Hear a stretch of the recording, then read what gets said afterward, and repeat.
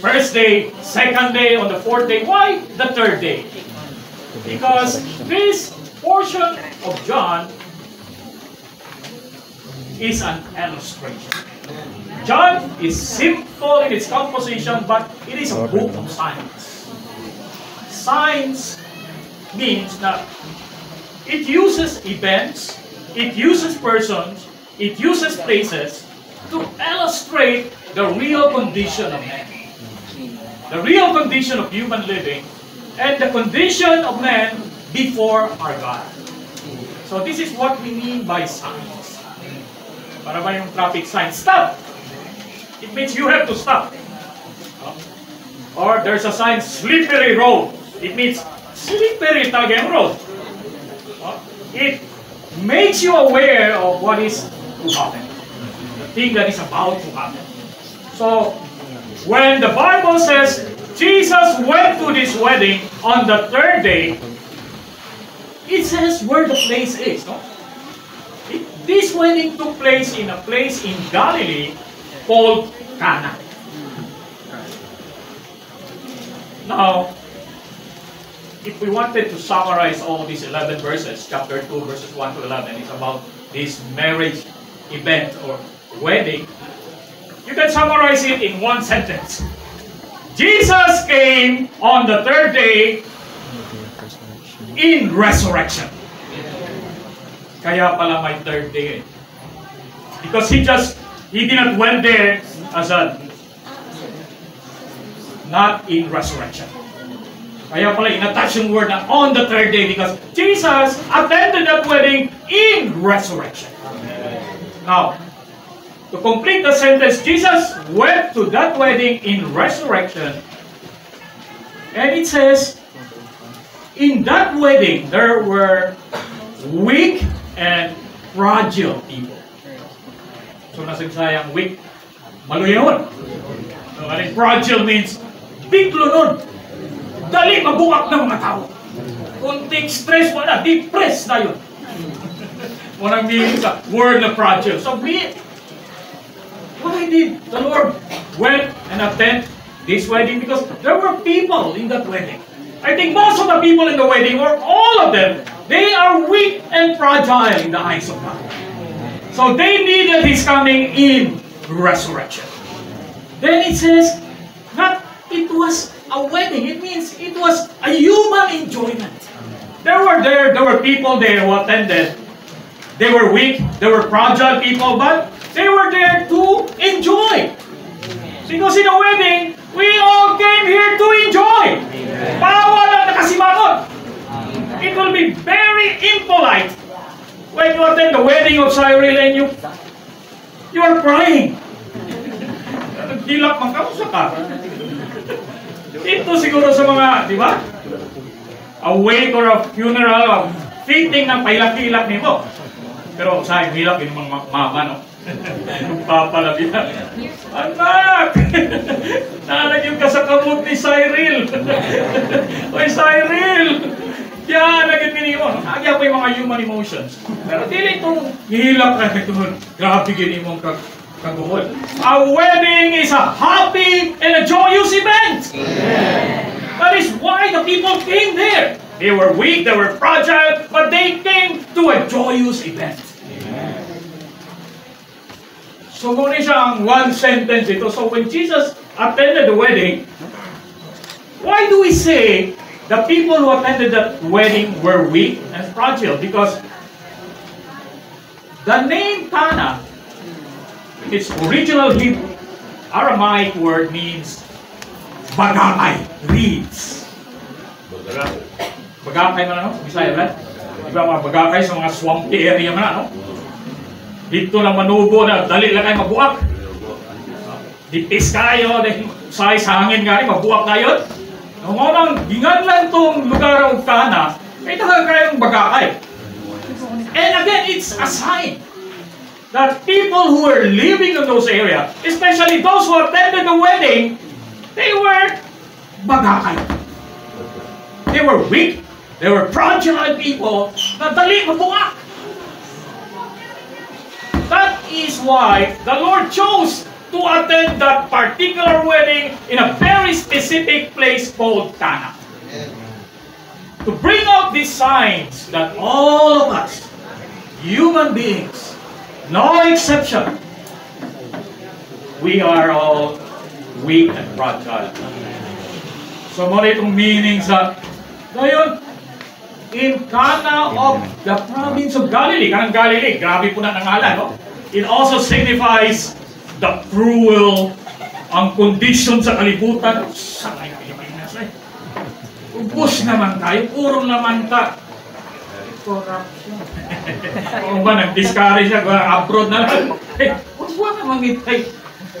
This is, the province of Galilee signifies the world in its low condition and cruel condition. Pangis ba? Karon, di basta-basta ay maglakaw kagabi, labi ng babae. Sinati gina sa mga kwan, di ba? Kung nakasinati nga, pangis gina ang kwan. Magini ka na, bulampas galing, di ba, Brad? 5:36, wala na.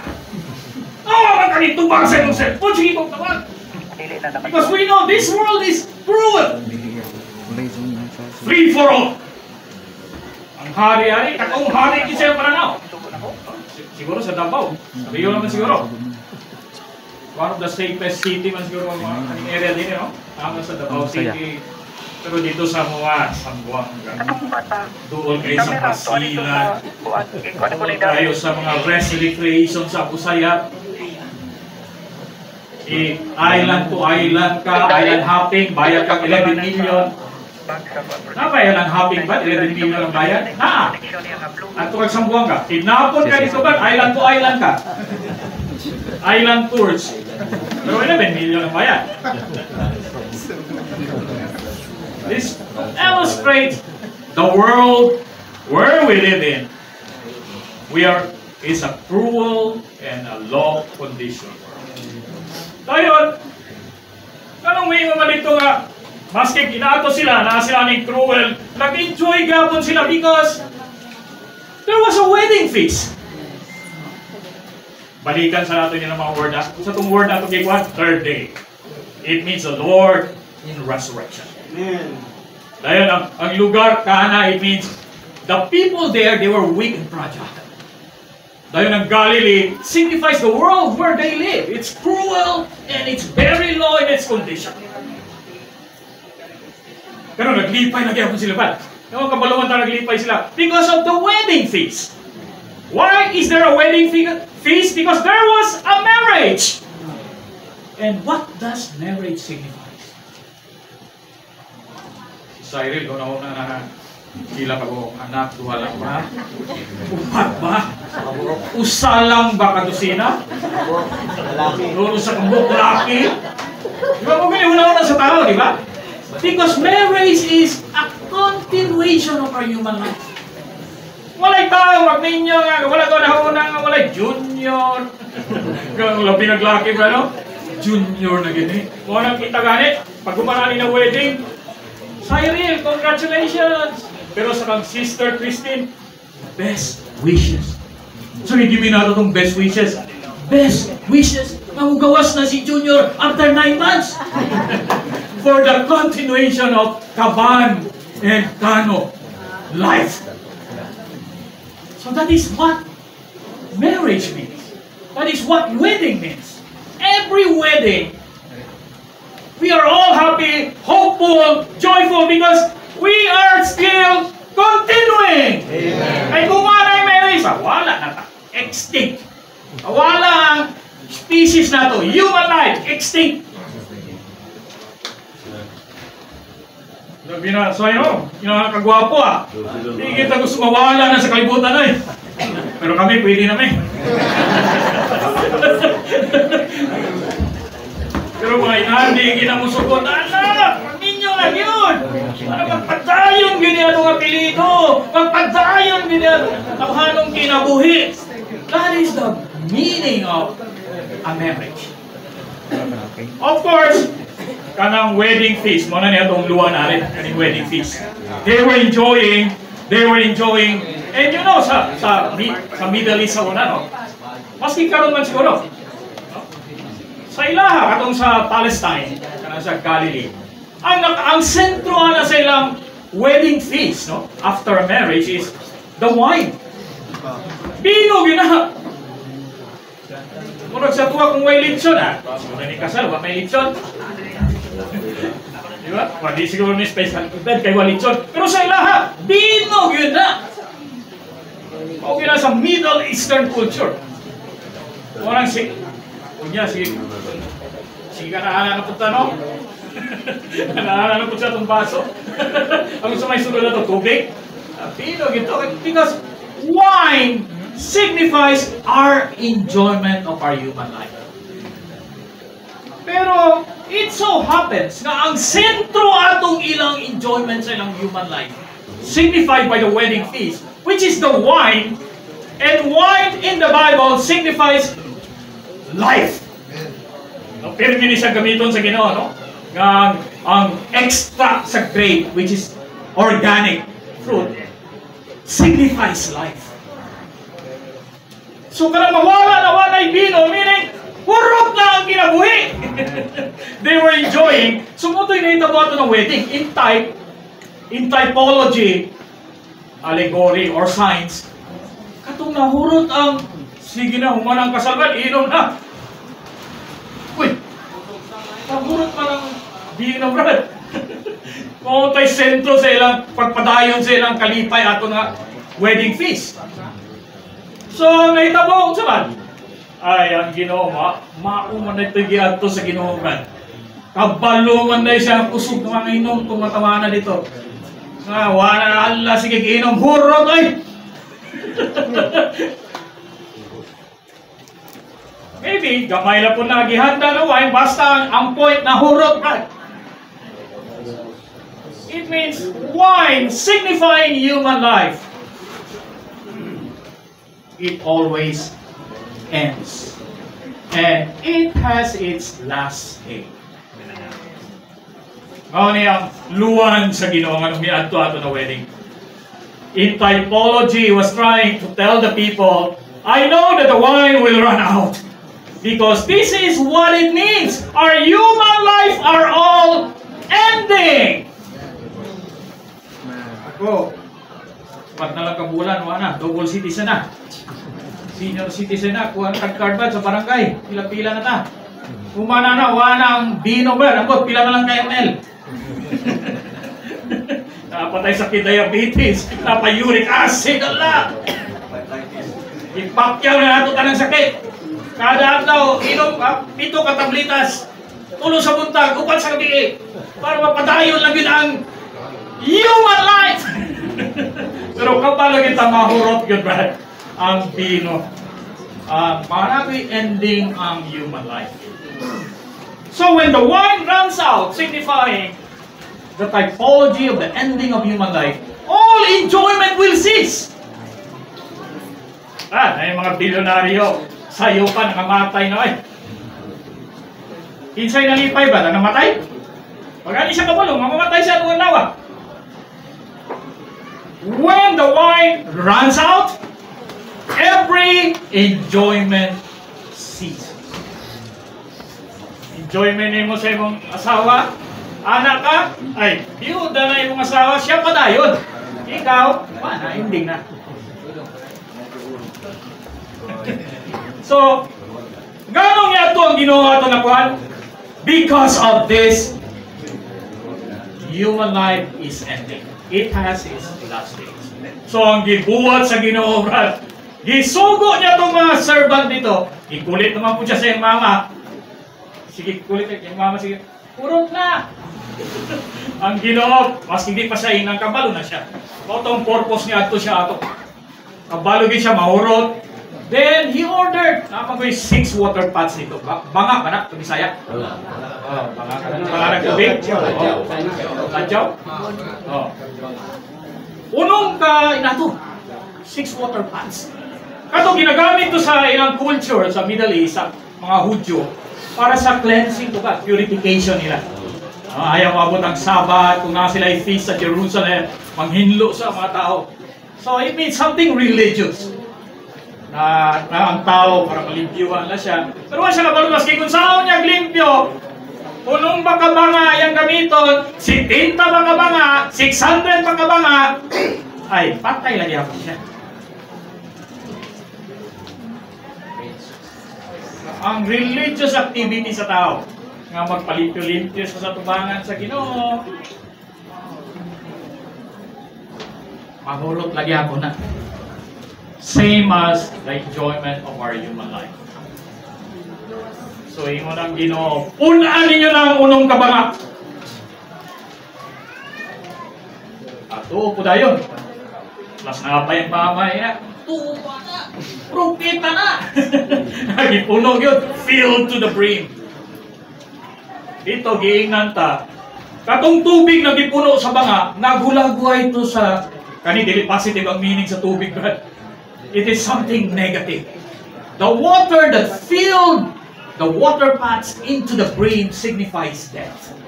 Ang tao daw karon kada celebrate atong birthday, tawa ko na punta sa atong birthday. I mean, every year, puno pagkamatayan ba? Meron, duha lang katablitas, right? After 5 years, upat na. After 10 years, wala na yun. Ito na, pulo, 12 na, ginainom. Tungod na sa day by day, week after week, month after month, year after year. That is feelings. Ngayong katong unong di ay ka water pots, it signifies humanity because man was created on the 6th day. So muna itong very significant nga, unong yun ka ba nga, Brad? Because it signifies man, humanity created by God on the 6th day. And yet, he was created by God, but he was filled with death. Despite nga sige siyang enjoy God sa iyong human life. Maurot lagi apon to na enjoyment kay ginapuno siya sa kamatayon. Nag-awkward, no? Bis malipay takasalas, ginutog hispo to kamatayon. Pero salamat sa Ginoo. Ingon ang ginawa to, pagka-feel yun sa kuhan, ingon siya, kuha niya, dala itong Toastmaster. Saan ng Toastmaster? Kung sa tuwa ko na, MC na karoon, no? Sila yung mag-direct nga, nangalipay, mamudyan, kaya direct ba sa ceremony ba? Sa dagan sa ato na pleasure day. So, nikuha ang Toastmaster. Pag inom niya sa vino, Brad, ay gi-announce na niya, wala siya kagwanta. Ingon siya, kanilang kasala. Unit ni nga kasal. Kaya kadaghanan akong natuwa na kasal,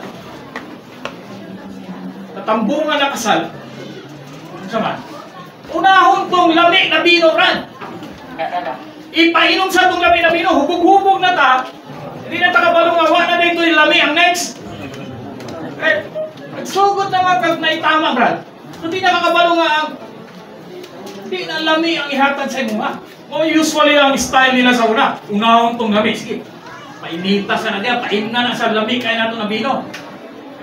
Dayon kung medyo nanay, tama-tama, kato ng bati na bino may isunod. So ang Toastmaster na tingala nga, kanilang kasala baliktad.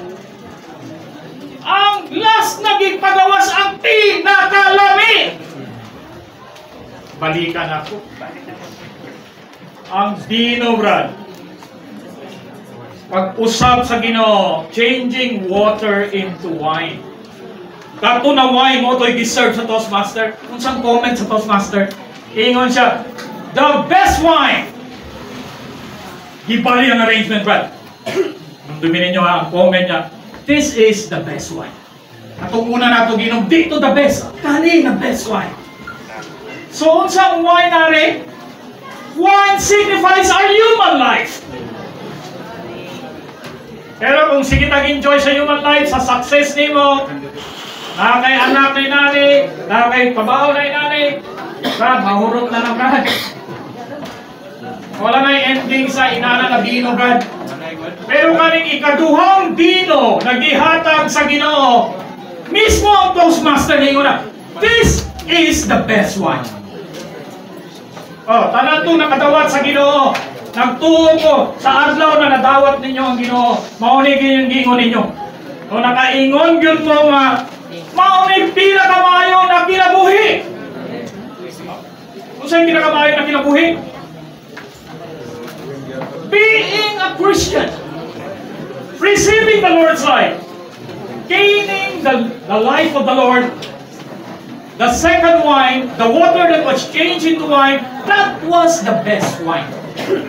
Kung sa ito para no? In simple terms, what is the best life?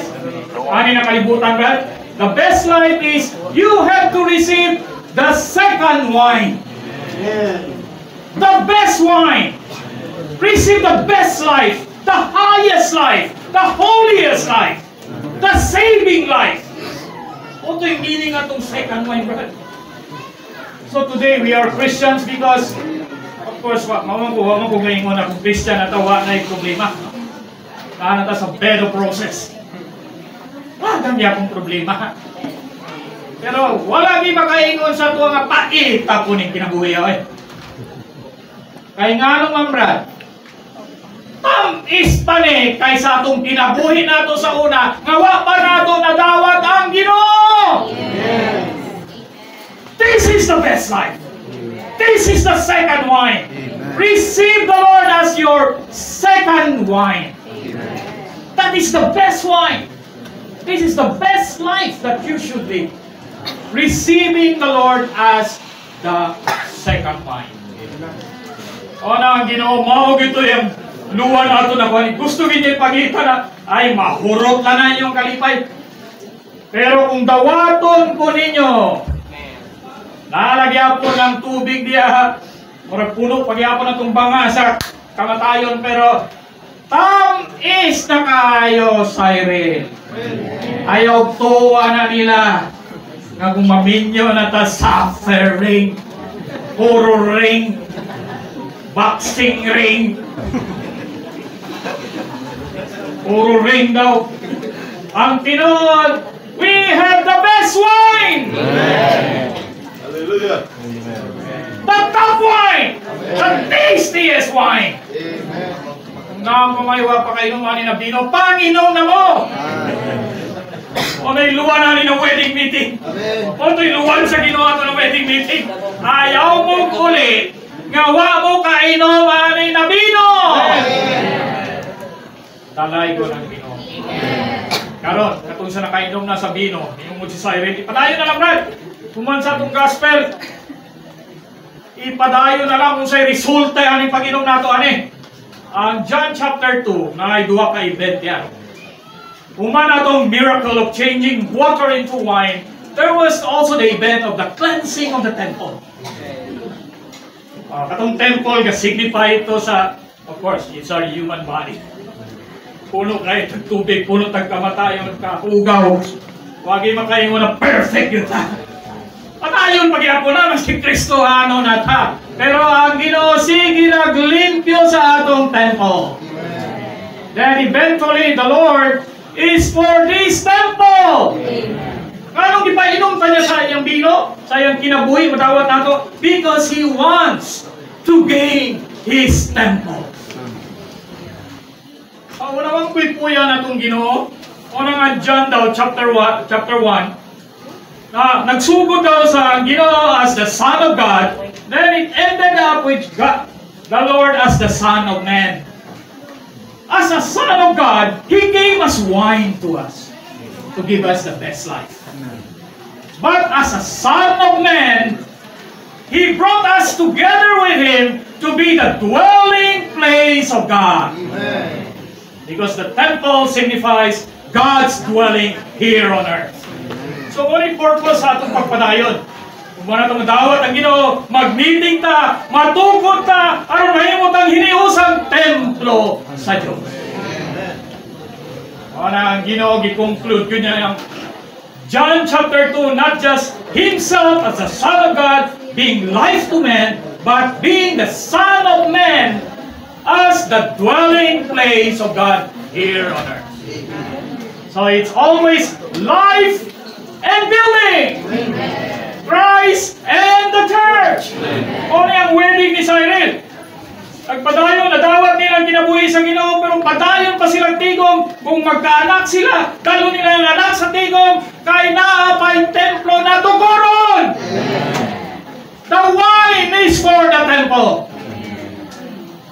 Salamat sa Ginoo. Ay, tama man siguro, mag-ampo siguro tanong. Palihog, tindog. Ampo tag. Hindi alam ninyo kung pag-ampo. Pahalang siya ito mga galari ko. Amen. Our friends in Cyrus. Lord Jesus.